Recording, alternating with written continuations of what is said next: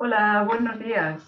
Bos días a todos e todas. Benvidos a esta mesa que se chama Coñecendo o Homo Deus, Conociendo al Homo Deus, no contexto dunha nova edición da Maker Faire de Galicia, outra vez en formato virtual, que por un lado non permite que interaccionemos en persoa, pero por outro garante que cheguemos a un maior número de persoas, lugares e países.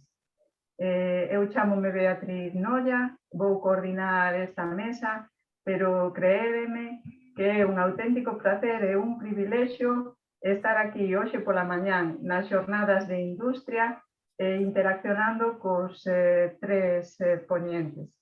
Paso a presentalos a eles primeiro e ao final direi eu de quen veño sendo. Bueno, pues muchas gracias a todos y todas por estar aquí. Me llamo Beatriz Nolla, coordinaré, moderaré esta mesa y paso primero a presentar a los ponentes y yo al final. En primer lugar, buenos días, Pablo.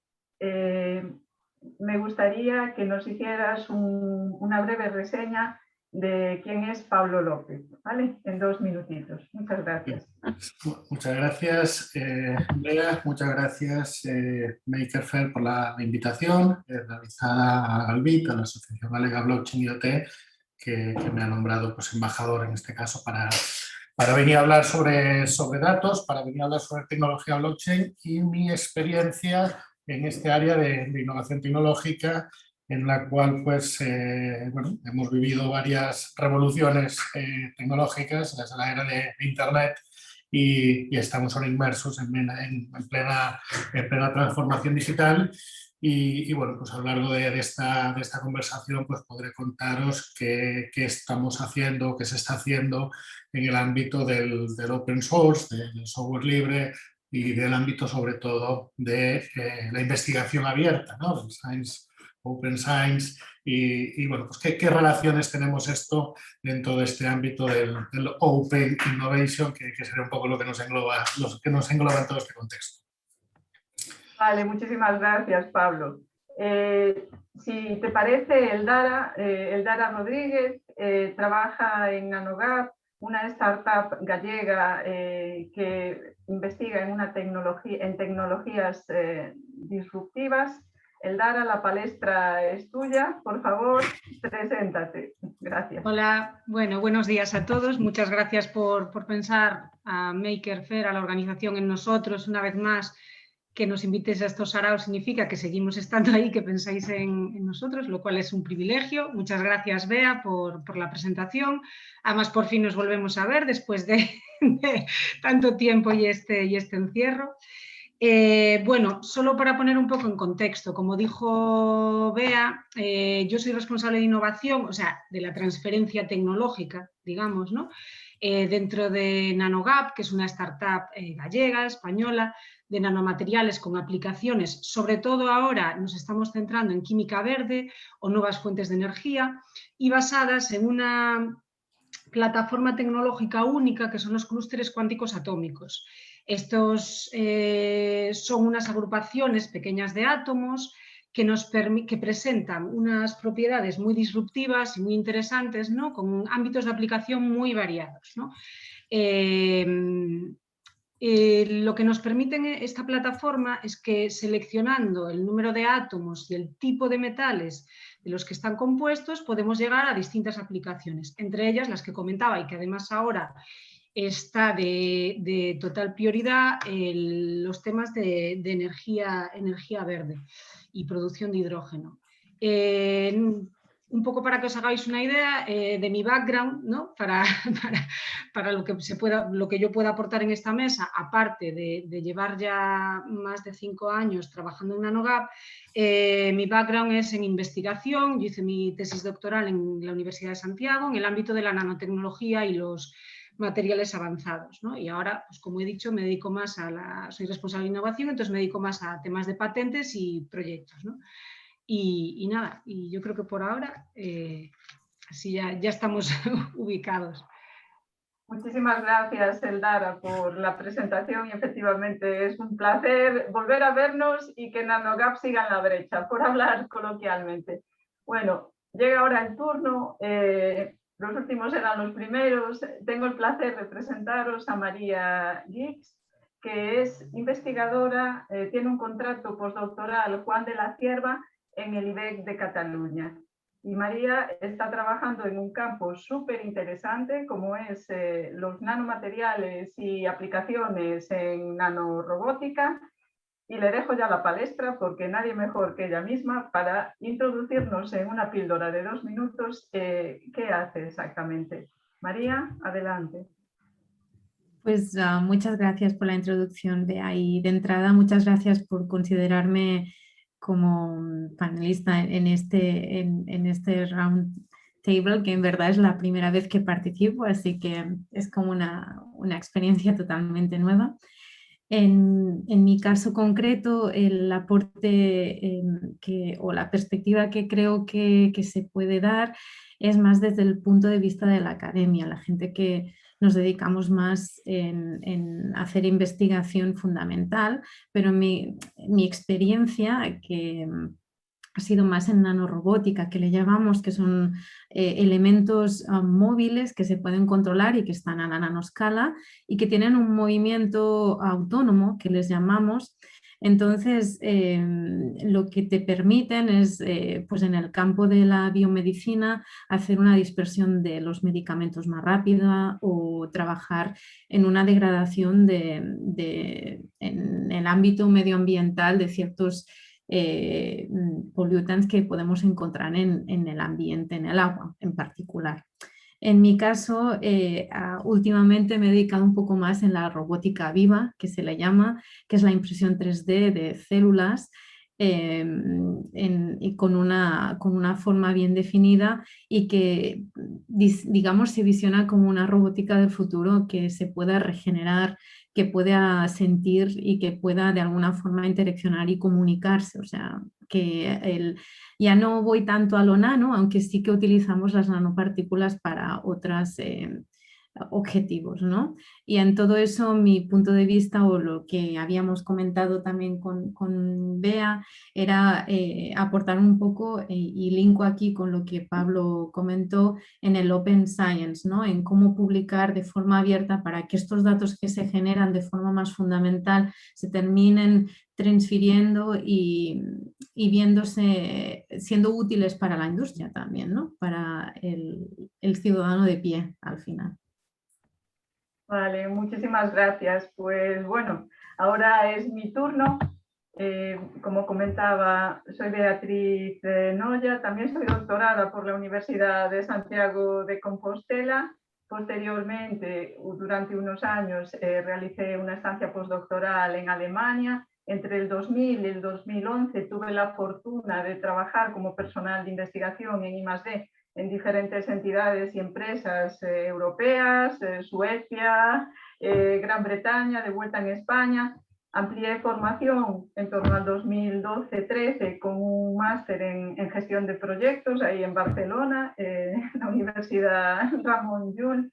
Y entre el 2014 y el 2019 colaboré como consultora con distintas entidades gallegas, pues la Universidad de Santiago, dando a veces asistencia puntual en la preparación de propuestas para el Horizonte 2020 y en la Fundación Kertor. Y la Fundación Kertor, pues en mi opinión es bastante relevante esa colaboración porque se trata de una iniciativa gallega pionera, pero de alcance, es gallega, pero tiene un alcance global, pionera en innovación abierta, que se basa en una colaboración público-privada para acelerar proyectos encaminados al descubrimiento de nuevos fármacos.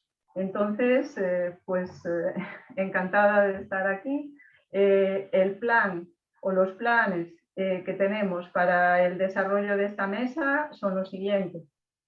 Como el tópico es muy ambicioso, el que se nos propuso desde la organización de la Maker Faire, en primer lugar, vamos a hablar del open source y la habilidad de la aplicación del open source o de soluciones open source en el ámbito de trabajo de cada uno de los presentes en la mesa, cada uno va a tener, disculpad, unos 3 minutos para abundar en el tema, incluso si tiene algún caso, algún ejemplo sobre el que hablar, explicarlo. Después de este primer bloque permitiremos preguntas, aquellas que vayáis poniendo en el chat, seleccionaremos 3 y a continuación pasaremos a un segundo bloque, un segundo tópico y repetiremos un poquito la dinámica. Y al final, pues bueno, un poco de resumen y agradecimientos y ya estará. ¿De acuerdo? Entonces, vamos al lío. Yo creo que después de lo que han comentado cada uno de los participantes, está claro que la tecnología aplicada a la biotecnología está teniendo y va a tener en el medio y largo plazo un impacto muy grande en nuestras vidas, porque va a cambiar el modo en el que se previenen y se curan las enfermedades. Entonces, como pone en el blog de la Maker, para introducir esta charla, hay quien piensa que el siguiente paso en la evolución va a ser del Homo sapiens al Homo sapiens unido con la máquina o con la tecnología. Y esto, y ya desde mi cosecha, puede generar efectivamente problemas éticos, pero eso creo que no nos va a dar tiempo aquí. Quizás es una pista para una futura edición o una futura mesa. Entonces, como he comentado, si os parece bien, empezamos por Pablo. Pablo, por favor, ¿cuál es la viabilidad o la realidad de aplicar el open source en tu ámbito de trabajo? Muchas gracias. Muchas gracias, Bea, muchas gracias por la pregunta. Bueno, hablar en un sector de ciencias de la vida, hablar en biotecnología y hablar de open source o de open science no siempre es sencillo, ya que nos encontramos por su característica con un sector hiperregulado y muy sensible con la información con la que estamos trabajando. Sensible tanto porque hace referencia en muchos de los casos a seres vivos, entre ellos personas, esa información, esos datos con los que trabajamos, y desde el punto de vista económico, desde el punto de vista empresarial, estamos hablando de unos retornos de inversiones a muy largo plazo, lo cual pues genera que exista pues toda una cultura en torno a la protección y en torno a la mantener cerrada los datos, ¿no? La tecnología hoy en día ha avanzado tanto que podemos hablar de una democratización de la tecnología, de que tenemos acceso a la tecnología, y ahora mismo, en parte, si podemos decir gracias, aunque no está muy bien decirlo, pero gracias a la pandemia hemos visto cómo el acceso y la utilización de esa tecnología en esos procesos tan cerrados pues han permitido o están permitiendo pues unos avances impresionantes.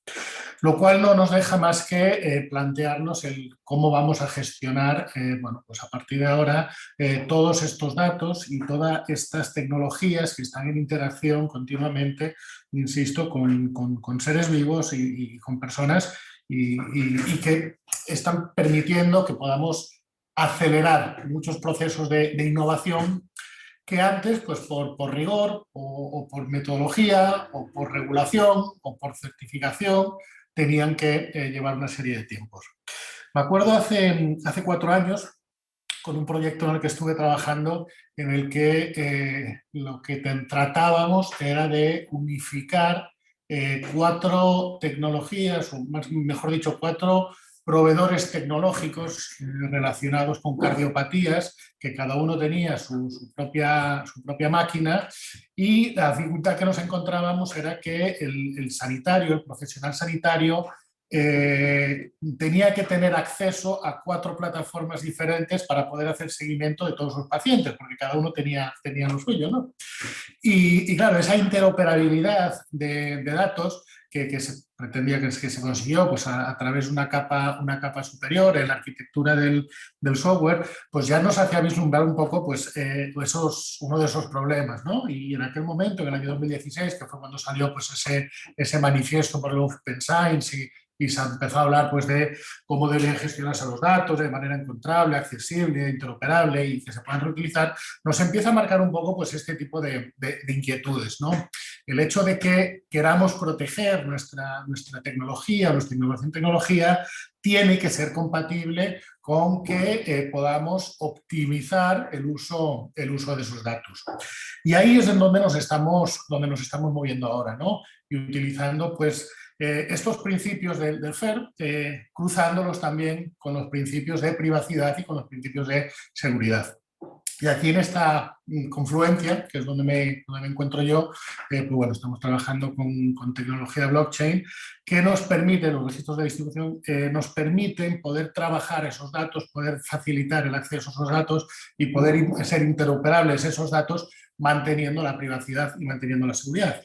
Y esto, para que nos hagamos una idea, es extremadamente importante en cuestiones como, por ejemplo, la inteligencia artificial y la biometría, como una tecnología que tiene un potencial altísimo y que ahora durante la pandemia lo hemos visto que nos ha ayudado para poder hacer detección de positivos, para poder hacer monitorizaciones masivas, mal utilizado o esos datos puestos a disposición de alguien que no tenga esta intención pueden generar pues, problemas de discriminación que hemos visto pues, en casos en Estados Unidos o que hemos visto también aquí en Europa, y aquella célebre frase que dijeron hace 2 años en Londres en una manifestación, fuck the algorithm, ¿no? que era como un símbolo así ya de la revolución contra las máquinas, ¿no?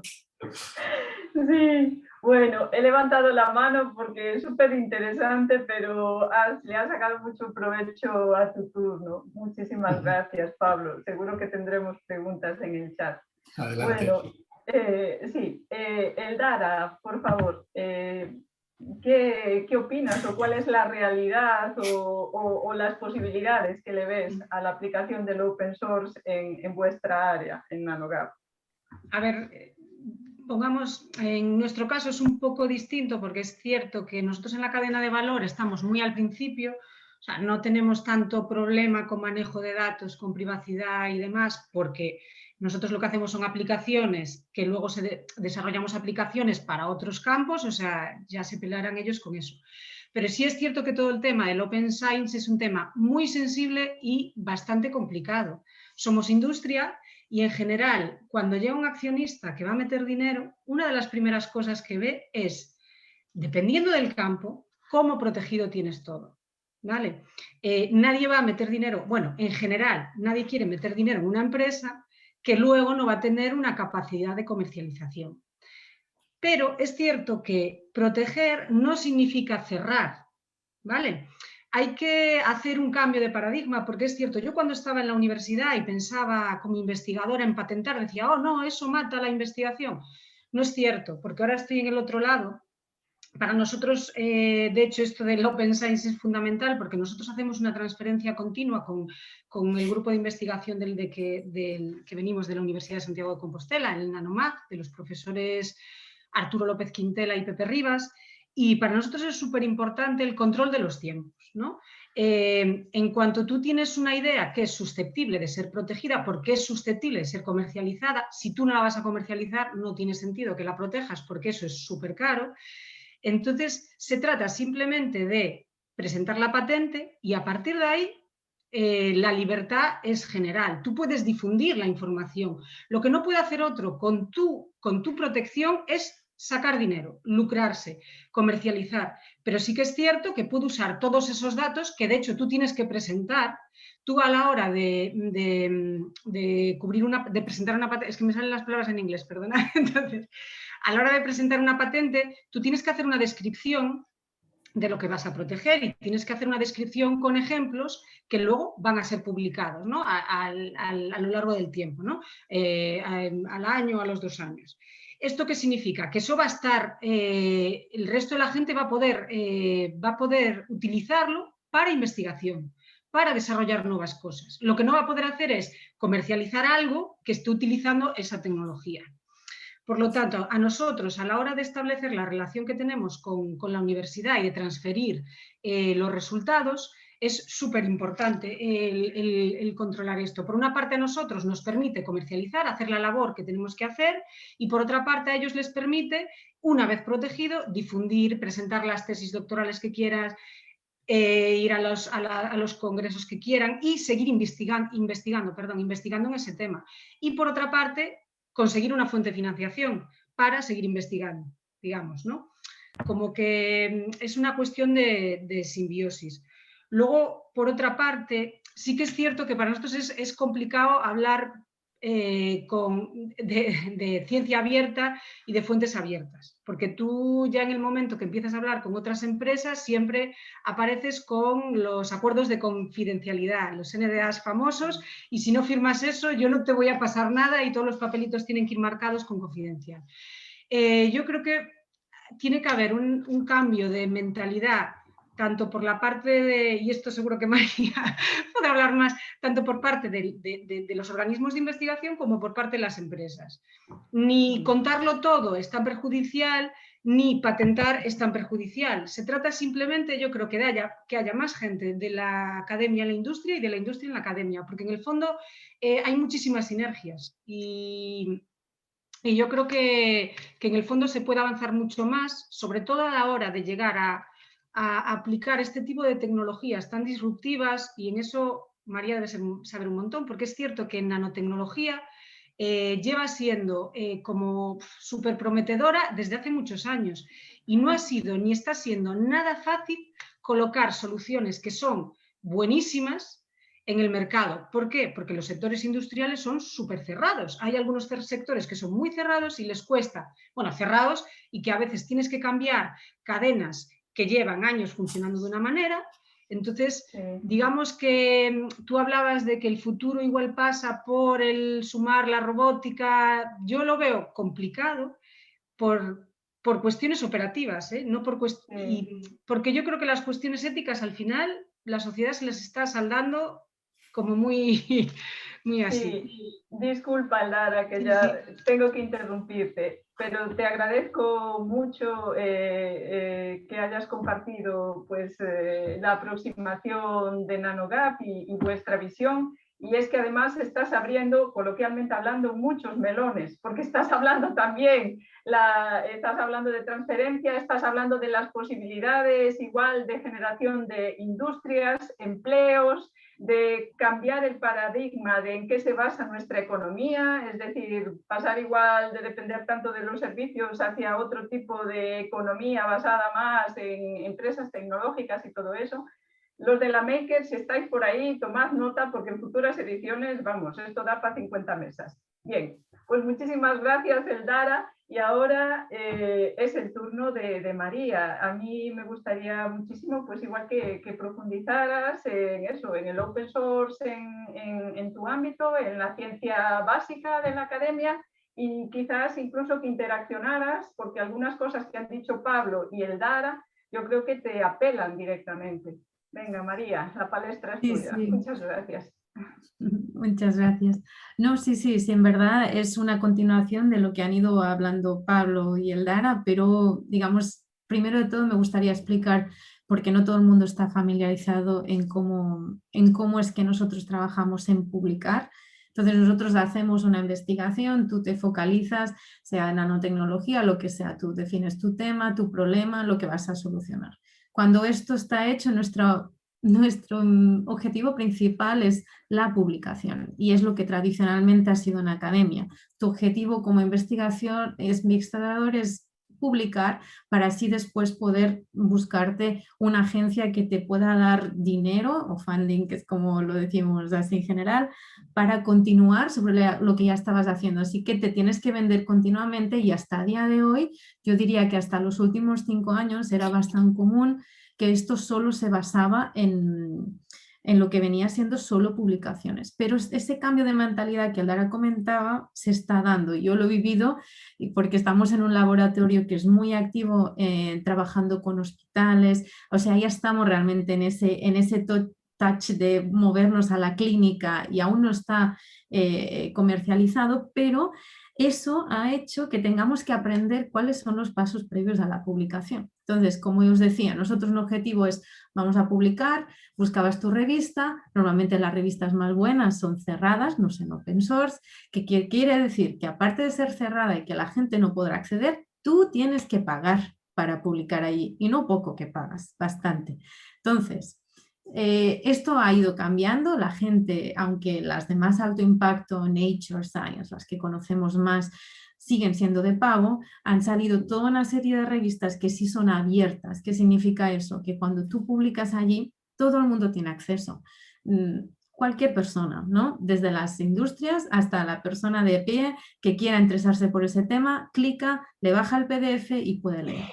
Eso es un gran paso que se ha hecho en el Open Science que hablaba Pablo, y aparte, complementaría en eso, hay una cosa más específica que se llaman repositorios, que son bancos de datos generados por estas investigaciones.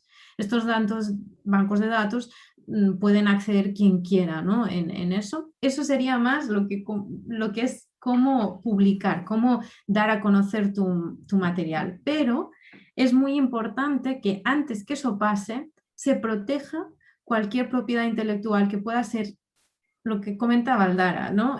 Comercializada a través de eso. Entonces, tú como investigador tienes la libertad de publicar cuando a ti te parezca, pero si tú has publicado, ya te has cargado la patente, digámoslo de esta forma, ¿no? Entonces, es muy importante que antes de publicar, uno patente lo que ha hecho para así que su investigación siga teniendo sentido y aparte del funding que tradicionalmente se ha hecho, digamos, las universidades siempre se han fijado más en ese funding del gobierno, lo que sea, pero es muy interesante colaborar con empresas para que así se haga ese tech transfer real, pero para que haga el tech transfer antes tiene que haber la patente, y para ver la patente antes tú como investigador no te tienes que haber cargado lo que has hecho con la publicación así a las prisas porque lo tienes que hacer, ¿no? Esa es como mi percepción de ese tema en cuanto a lo que es el open source. Sí. No, muchísimas gracias. Yo, a ver, hay muchos tópicos y clichés, como por ejemplo uno puede ser que parece mentira, pero algunos como que todavía continúan ahí, ¿no? Por ejemplo, la desconexión o la posible desconexión entre una investigación básica o que está bastante cerca de lo que es la investigación básica, niveles de desarrollo, los llamados TRLs, ¿no? Technology Readiness Levels bajos, ese cliché o ese tópico de que hay una desconexión y que los científicos son de Marte y los otros son de Venus, y que entonces que no interaccionan bien y que esa interfase no acaba de funcionar. Pero después de haberos escuchado hasta a los tres, yo creo que no, que eso no, o sea, que ya no es así. Entonces, quizás, bueno, pues mesas como esta u otras comunicaciones ayuden a que todos veamos las dos partes, que realmente sí que hay sintonía y una alineación, porque la mayoría, o yo diría la totalidad de los investigadores, quieren que lo que están haciendo tenga una traducción, una aplicabilidad en la vida real y en mejorar la vida real de las personas y de la sociedad en su conjunto. De acuerdo. Entonces, yo no sé si antes, Pablo está levantando la mano, efectivamente, antes de que dejemos, si hay alguna pregunta ya en el chat sobre este tema, por favor, Pablo, adelante. Sí, hay algo que yo creo que debemos ser sensibles en estos momentos, ¿no? Este relato, ¿no?, que estamos aquí, que están mis compañeras mostrando, ha venido siendo así principalmente porque existían unas barreras físicas entre el mundo de la investigación, la academia y el mundo de la empresa, ¿no?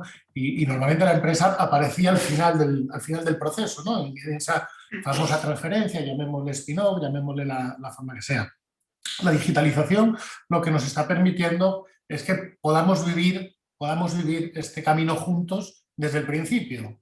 Es más, que las empresas podamos involucrarnos en el proceso investigador a la hora de identificar unas necesidades o proponer unos retos basados en un time to market, en un tiempo a mercado más reducido. Entonces, en el momento que tenemos una posibilidad de poder estar trabajando juntos en ese Open Innovation, lo que nos queda por dirimir después son cuestiones como intereses, incentivos y cómo vamos a ir explotando cada uno de ellos para que todos estén conformes, desde el inversor que lo que está invirtiendo es en un futuro, en un valor futuro de lo que estamos realizando, hasta el investigador que lo que está invirtiendo es su talento para conseguir un desarrollo profesional y económico vinculado a ello, ¿no? Entonces, estamos ahora en ese momento de que esto ya se puede integrar, ¿no? De que ya no sean los unos contra los otros y que parezca una guerra permanente. Y quizás ahí la palabra sea esta que indicaba, Bea, sea transferencia, ¿no?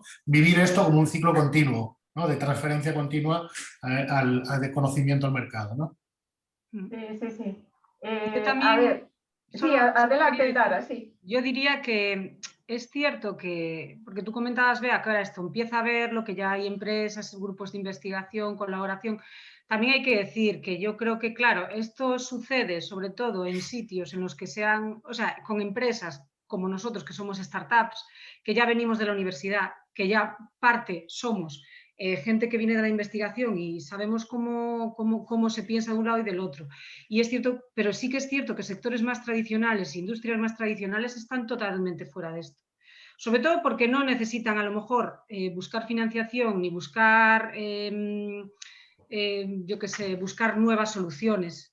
Entonces, bueno, quiero decir que sí que empieza a haber este tipo de movimientos y es lo que dice Pablo, que es verdad que la digitalización ha permitido que todo esto prolifere y es verdad que nos ha permitido a muchas startups estar ahí y poder competir a un nivel en el que hace años ni de broma podríamos estar compitiendo, pero es cierto que los sectores más tradicionales, que son los que son el grueso, el dinero grande, no están ahí tampoco, ¿sabes? Es muy difícil implicar a una empresa grande en un proyecto con empresas pequeñas y grupos de Digamos que, y esto ya salió en la preparación de la mesa, efectivamente hay inercias o hay procesos establecidos o hay cosas que es un poco difícil vencer esa inercia, pero yo creo que hay movimiento en ese sentido. Entonces, mi observación, sí, te voy a dar paso, María.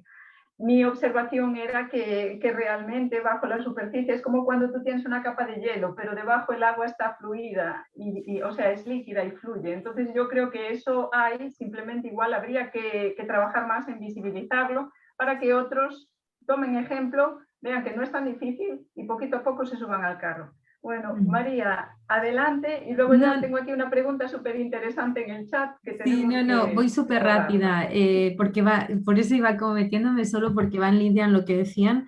Nosotros en particular sí que yo he vivido dos casos, por ejemplo Shell, la gran industria del petróleo, se acercó a nosotros cuando hicimos los micromotores para capturar aceite. Entonces no es verdad que no se te acerquen, se te acercan, pero en ese momento yo debo decir, nosotros nos espantamos, dijimos, ¿qué te voy a vender yo si no tengo protegido y lo que estoy haciendo es a miligramos? Y eso yo me acuerdo fue hace 10 años. Y en cambio ahora se nos acercó una empresa también relativamente grande y ya hay este cambio de mentalidad que ayuda. Pero lo que quería añadir es, aparte de que sí que las grandes empresas buscan, pero tienes que mostrarte, o sea, tienes que en algún momento difundir muy bien tu información para que ellos sepan qué estás haciendo, si no eres invisible a este cambio, ¿no? Era eso solo.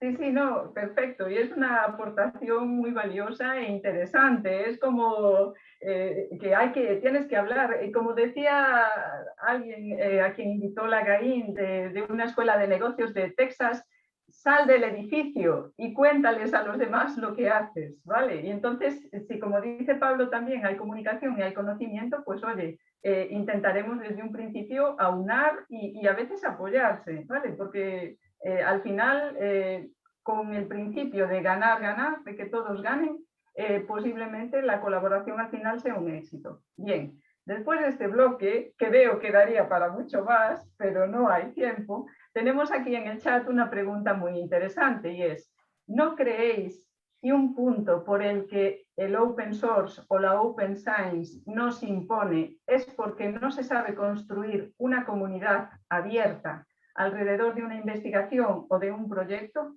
Esta es la pregunta. Si fracasa, digamos, o hay una resistencia todavía muy grande a aceptar esto, porque no hay una comunidad, una tribu detrás, por decirlo de algún modo. Venga, ¿quién quiere empezar? Yo creo que sí, o sea,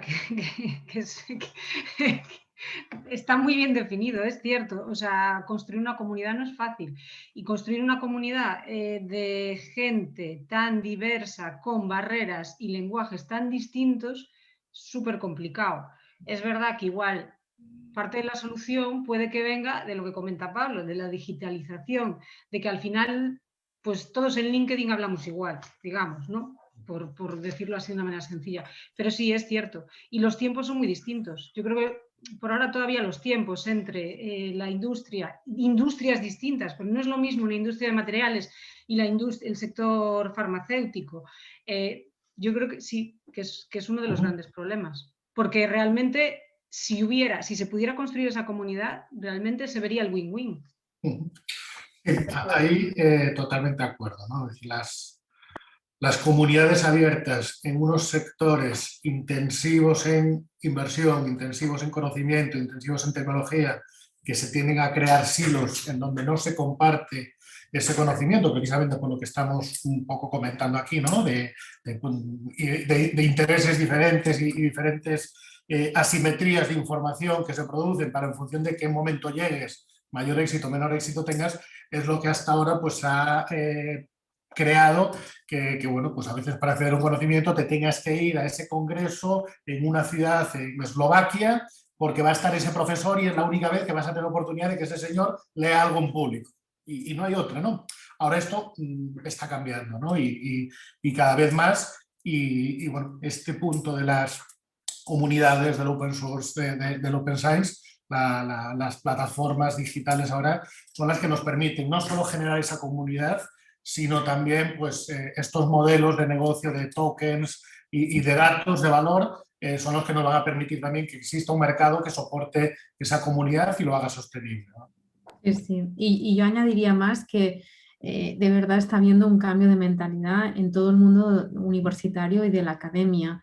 Y ya tradicionalmente se veía, y gracias a Dios esto está cambiando, que los institutos de investigación trabajan un poco distinto a las universidades en sí, porque las universidades, yo profesor, yo publico, yo no me importa el mundo exterior. De alguna forma los institutos de investigación empezaron a abrirse más a las empresas y a cambiar este paradigma, y las universidades también lo están haciendo, y así todos vamos a una. Pero, pero vaya que también encontramos el mundo de los archive, ¿no? Los bioarchive o los archive, que es todas estas publicaciones que tienes, la gente las prepublica para que tengan acceso, y así tú proteges tu información, pero a la vez tiene acceso. Antes era impensable lo de los archive. Entonces es muy interesante que se dé este paso, y como dice Pablo y Eldara, yo creo que la digitalización ha sido clave. Si no tuviéramos eso, no se podría compartir la información a esa velocidad ni con esa facilidad. Sí, no. Muchísimas gracias, y gracias también por interaccionar también entre todos. De verdad que me lo estáis poniendo súper fácil. Yo, antes de pasar allá a la segunda cuestión, donde vamos a tener menos tiempo cada uno, quiero romper una lanza en favor de todos vosotros, y particularmente en favor de María como representante de investigación básica, y también de Nanogap como representante de una startup. No sé si, Pablo, si te sientes discriminado, me das un toque, que no pasa nada. Y es que a veces se necesita ayuda y apoyo, porque es que no nos da la vida. El día tiene 24 horas y a veces es muy difícil llevar en paralelo y con éxito, por un lado, concentrarte en tu investigación y sacar los resultados, y por otro, tener ese perfil que, digamos, no mediático, pero sí cierto nivel alto en comunicación. Entonces, quizás si también tuviéramos éxito en crear esa comunidad, esa parte de difusión y diseminación funcionaría mejor, o cogería dinámica y ya no nos consumiría tanto tiempo, porque el día tiene 24 horas y yo lo he visto en las dos bandas, en la investigación básica y también en las empresas, que es que no doy para todo. Bueno, pues si os parece bien, y como veo que no hay más preguntas sobre esto en el chat, va la segunda pregunta y tenemos menos tiempo. Minutito y medio por cabeza. Y es el asunto de la financiación. Es decir, antes de la COVID, Era difícil, cada uno tenía que buscarse las habas, por decirlo de algún modo. Posiblemente las fuentes o los recursos a los que apunta una startup como NanoGap es diferente a los que apunta pues alguien que está en un instituto de investigación básica, y luego tenemos perfiles o negocios o expertos como Pablo, que he visto en su currículum, que forma parte de una iniciativa Venture, que lo que se trata es de identificar y quizás dotar de medios para que esos avances, ese trabajo de algún modo fructifique y no acabe en un cajón. Entonces, aquí ya, ¿quién de los tres quiere empezar a hablar sobre la financiación en la era post-COVID? A ver, ¿quién quiere? Pues por alusiones. A ver, yo como me muevo en los dos ámbitos, en el ámbito de la financiación pública, en el ámbito de la financiación privada, contaré lo bueno y lo malo, y desde la experiencia de quien se dedica a buscar fondos para otros y desde la experiencia de quien ha tenido que ir a buscar fondos. Los mecanismos que tenemos para la financiación de procesos o de proyectos de investigación están cambiando, un poco reflejo de todo lo que estamos hablando ahora. A medida que se vaya generando este ambiente más open, se va integrando la entidad privada en el proceso. Al integrarse la entidad privada, se integra la financiación privada, y el papel de la financiación pública es un papel de compartir riesgos. Esto es lo bonito y lo que debería ser. La realidad es que seguimos siendo dependientes de financiación. Y al ser dependientes de financiación, tenemos que acudir a las fuentes que tengamos, sean público o privada. Para mí, la mejor opción, financiación de tus clientes, de tus futuros clientes, de los inversores que van a obtener rendimiento sobre tus clientes. ¿Qué tendremos que ceder? Pues quizás manejar los timings de esos entregables, de esas publicaciones, de esas patentes, y acortar los timings para poder empezar a tener resultados antes. Ahora nos movemos con una nube enorme que se llama Next Generation, que parece que va a haber aquí muchísimos fondos para todo el mundo, y ya al mismo tiempo lo que estamos viendo es que el problema no son los fondos, sino que va a ser gestionarlos. Así que directo objetivo, a ver dónde se puede sacar el retorno a la inversión y a la sociedad pronto, y con eso riesgo compartido, financiación pública, financiación privada. Vale, de acuerdo. Muchas gracias, Pablo. Además, sobre el reloj. Venga, ¿quién se anima? María, tienes la mano todavía levantada. ¿Qué tal? Háblanos. ¿Cómo ves lo de la financiación para vosotros en la era post-COVID? No, bueno, yo quería como mencionar que esta semana pasada estuve en un workshop que era precisamente de gestión de cómo pedir proyectos en la Unión Europea, pero proyectos grandes. Y entonces hay como, iré súper rápido, hay 3 pilares, ¿no? Pilar 1, 2 y 3. El 1 viene a ser la financiación que se conoce más normalmente porque es a nivel personal como académico y como universidad, y el pilar 2 y 3, que son los que es la mayoría, estamos hablando del 70% de esa financiación que da la Unión Europea, es que en consorcio con otros estados, pero también con empresas. Y ahí linko. Y el problema es, esa financiación está, pero tienes que preorganizarte. Y para preorganizarte tienes que abrirte y tienes que confiar un poco, ¿no? Y tiene que haber este intercambio. Y ahí está la respuesta. O sea, obviamente no tenemos que dejar de pedir la financiación pública porque es un derecho que tenemos y porque también es lo que conocemos mejor, pero es muy importante empezar a abrirnos de mente y organizarnos entre todos. O sea, empresas contacten a institutos, hey, que hay este programa, digamos, institutos / universidades a las empresas para que esto se monte y se saque más financiación, porque al final lo que pasa, y lo digo honestamente porque he estado en Estados Unidos y he estado en Alemania, es que en esos países sí lo hacen, y por eso este tipo de financiación se suele ir más hacia Alemania y hacia nórdicos y hacia allí, porque ellos ya tienen este know-how y estas buenas prácticas, yo diría, de trabajo. Entonces, sí. Sí, no, clarito, vamos. Muchísimas gracias. Efectivamente, el que haya cultura ayuda, eso ya es como que te lo facilita. Bien, Eldara, por favor, la visión desde NanoGap de cómo está la financiación en la era post-COVID. Adelante. Está mal, ¿qué voy a decir? No. Pero no lo digo por NanoGap, lo digo en general. O sea, a ver, el tema coronavirus no ha tocado solo al sector hostelería, o sea, ha tocado a todo el mundo, porque hubo unos meses de parón. Esos meses de parón impidieron incluso a los investigadores ir a su centro de trabajo, con lo cual nosotros...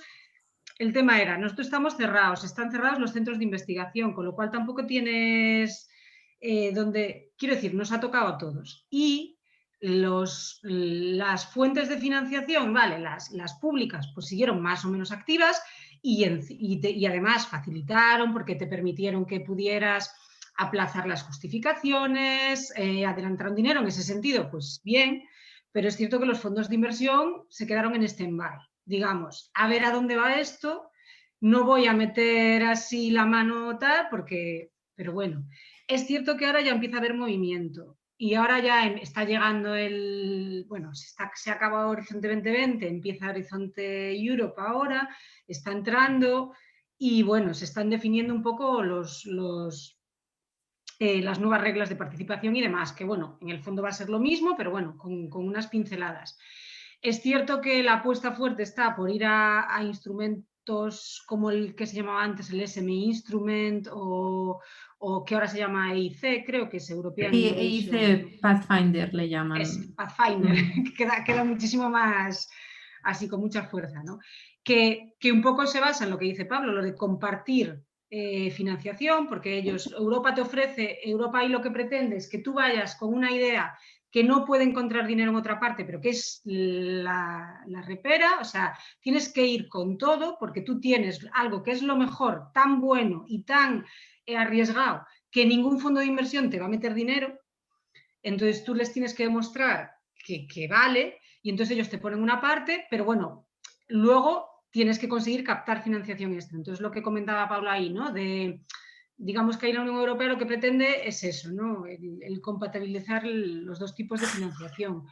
Con respecto a lo que decía María, es cierto que sí, que aquí no tenemos tanta cultura, pero aquí se pide muchísimo proyecto subvención europea. O sea, a la hora de solicitar estamos, no me acuerdo en qué lugar, pero... Pero a ti no te da la sensación que se va a las prisas siempre. O sea, a mí me da esa sensación. Sí. Pero ¿sabes qué pasa? Yo creo que se va a las prisas porque, bueno, por lo menos en Europa dan un par de meses, pero es que las convocatorias aquí en España son a santo de mata. Te dicen hoy que te la dan y tú pides el proyecto, montas un consorcio en 2 semanas y... Ahí la dificultad es que en muchas ocasiones, por no decir la mayoría, el timing nos lo está marcando las convocatorias. Sí, y no es algo natural. No la planificación de nuestro proyecto que nos va pidiendo necesidades de financiación, ¿no? Es un mal endémico que tenemos aquí. Pero eso lo que hace es que no lo consigas, porque en el fondo un proyecto cuando es bueno, lo consigues. Porque, ¿sabes? Es que, claro, si tú tienes un relato bueno, si tú tienes un proyecto, unas necesidades de, pues yo tengo esta idea y yo voy a aportar esto al proyecto y este socio no, pero si hacemos lo que dice Pablo, de lo monto cuando me surge la oportunidad. Es que este workshop que nos dieron a nosotros es para el Pathfinder del año que viene. Cuidado, o sea, para cambiar esta mentalidad de decir, gente, ya no sabemos qué día de mayo del año que viene va a ser el límite, pero sabemos cuáles van a ser las reglas del juego, empezad a montar vuestro consorcio. Sí. Y ahí es donde está para mí la pieza clave. Tenemos mucha buena industria, mucha buena academia, pero yo no sé si es nuestra sangre pasional o la forma de trabajar, que es como, venga, hasta que no me haga un deadline no me voy a poner. Y tenemos... Sí, no, disculpa, ahí yo creo que estoy en desacuerdo contigo, María, porque no es esa pasión o ese amor por la improvisación, es que quizás, y ahí lo de la comunidad o directamente tener más apoyos, es decir, crear un ambiente propicio para que podamos hacer nuestro trabajo con calma y sin estresarnos más de la cuenta para poder llegar bien preparados. Está súper interesante a todos los que nos estáis viendo y otros que podáis disfrutar de esta mesa redonda en diferido, porque estará disponible durante un año, entiendo, hasta la siguiente edición de la Feria Maker. Os animo a que le echéis un vistazo porque, y ya para resumir un poco antes de despedirme, hemos tenido a 3 panelistas de excepción, hemos hablado y dado casos reales y consejos y hemos visto las sinergias en cómo ellos aplican el open source en sus respectivos ámbitos de trabajo. Hemos hablado de financiación, hay que tener ideas, proyectos, esos están ahí, tanto en iniciativas académicas que tienen muy buenos resultados, como en empresas disruptivas, como por ejemplo NanoGap, representado aquí por el DARA, y hay fondos, y ahí podéis hablar con Pablo, Next Generation, fondos para innovación, utilizar las ventajas de la digitalización, siguiendo unos principios FAIR, y aplicando que permitirá la democratización también de los datos. Y por otro lado están los programas europeos. En el horizonte Europa, efectivamente, hay muchos clústeres y mucho dinero público ahí metido. Me ha salido un wrap-up un poco más largo de lo que esperaba. Tenéis que ver la charla completa con calma en otro momento y volver a disfrutarla. Me despido porque veo que no hay más preguntas en el chat, agradeciendo una vez más a la Feria Maker de Galicia el haber organizado esta mesa redonda y que hayamos tenido la posibilidad de compartir y hablar en alto sobre estos temas, y espero que lo hayáis disfrutado los oyentes. ¿De acuerdo? Pues muchísimas gracias. Muchas gracias. Muchas gracias. Muchas gracias. Hasta luego. Hasta luego. Chao, chao.